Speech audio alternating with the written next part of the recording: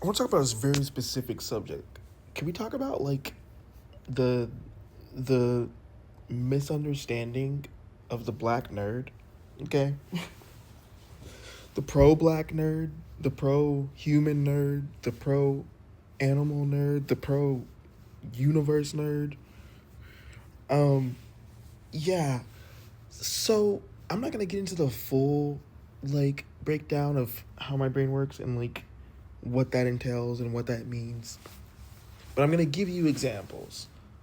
Lupe Fiasco, Tyler the Creator, Earl Sweatshirt, um, Kendrick, Schoolboy, Absol,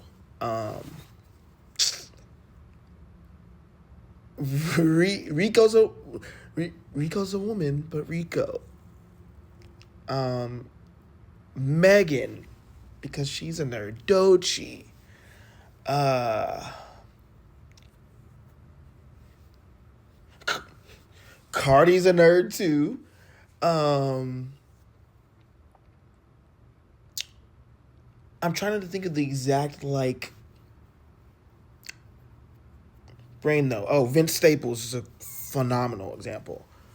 Uh, who else? There's a lot that I can apply to this, but just to stop railing off and just get to the point of like nerd niggas are some of the most passionate, angry, understanding, loving, and really detail oriented people. Okay? And what that entails is a lot of mental illness, a lot of processing going on, a lot of thought going on, a lot of empathy, a lot of emotion, a lot of pain, a lot of all that shit, and a lot of understanding more than anything. And people have this idea that nerds, the stereotype of nerds being weak or soft or whatever, geek, it's kind of gone now. A little bit gone because we've popularized the nerdy things and they're all so casual now that there's like actual nerds of those things in those communities, and then there's people that are just casuals that like them because we've made nerd culture cool. Anti-culture is cool. Emo culture is cool. Anything that's anti-establishment that wasn't cool and is very nerdy intertwined and very inherently, or it is political and anti-establishment and anti-oppression. Yeah, all those things. So yeah, the idea that a black nerd is weak has always been such a fucking myth and just not true. A lot of them didn't react to you a certain way because they're smarter than you.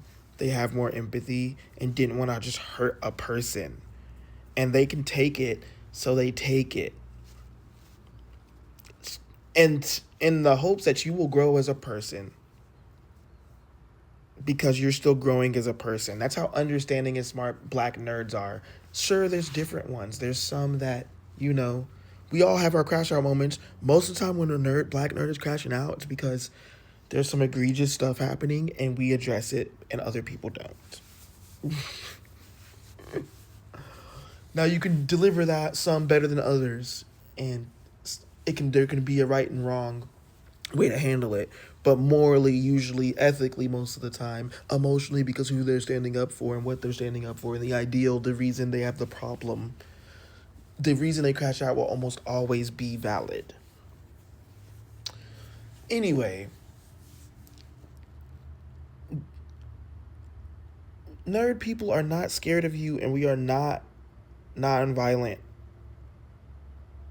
We're not non-violent. We just try to not be violent, if that makes sense.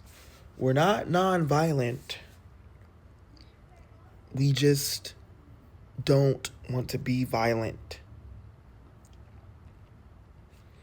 So it's just a misconception, and I feel like it gets people hurt, and I feel like it's going to get people hurt, especially with what's going on in the world now.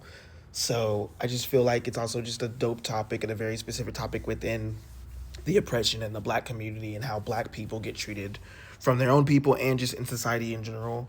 And it's not like a layer that I hear like super depth discussion on. So I wanted to add my thoughts on it. And obviously, I've heard talk about it, and I am one, and I've dealt with it my whole life and seen it. Because people just think, and also it's worse that I'm like skinny and have fast metabolism, because I guess that made people think that I was just weak. Because I'm a small, nice kid. I don't know, dude.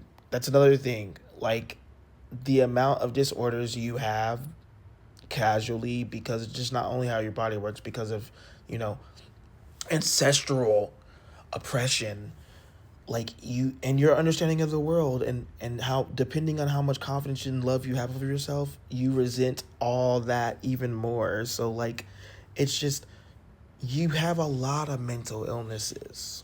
You have a lot. And that makes you smart, unfortunately. It makes you more empathetic, unfortunately. Um, and the more you stay deconstructing and growing, and the more you keep standing up for yourself and being who you are, like I said, it just doesn't work in this world. It's designed for you to not win in general. And a black nerd is just, a subsection of a person within all that. So there's a lot of specifics within that specific experience that's like, bro. Like, again, we have people arguing that Childish Gambino, which, again, not saying he doesn't have flaws, he has problems. Yes, I'm aware of them. He's a nigga. But not excusing his behaviors and what he needs to deconstruct and fix and what he's done and how he is. But overall, he's still a great person. He's layered. He's done a lot of great things. And the way he has done for black culture within those spaces is insane. The way he has, like, again, it didn't mean a lot to other people, but I loved when Gambino was around, walking around with his nappy hair like that, because I did that a lot in my youth. Because not only did I not really care about physical appearance, whether the people like wanted to bully me about it or not, it didn't bother me to look a certain way, because I didn't care what they thought.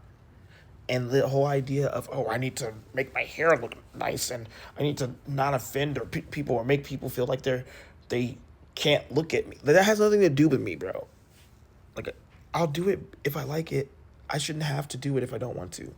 And the fact that we're oppressing each other just by little things like that bothered me as a child. It was stupid.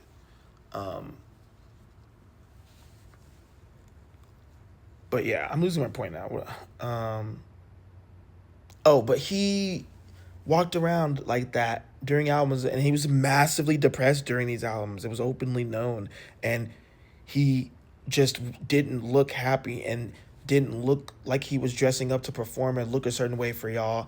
He was just living, and I was like, that's so hip hop and so black and so real and so anti-establishment and anti what you're supposed to be. Like, he shouldn't have to. And also, we're going through shit. We're not okay. Like, I don't know. And then he gets called not black by his own people because he makes great art and weird art. Like, he doesn't have bars. Like, he's not musically inclined. Like, he's not more in tune with, like, where the genres come from that, like, built into hip-hop and why it exists and why those genres exist. And he has all that in his music. He has so much love for black people in everything he writes and does. And then we have people saying he's not hip-hop and calling him not black.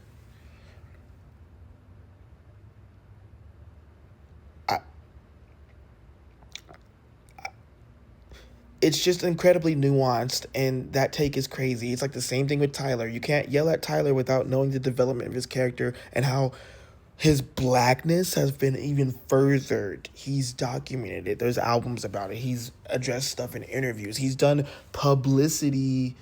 I don't want to say they're publicity stunts, but they're like outward from his opinion, checking fans, checking perspectives, saying certain things, building upon like fixing the culture and blackness and like the damage he did do to it. Even though, again, he was just a growing person. He was learning at the time. He wasn't like intentionally harming black people in the culture.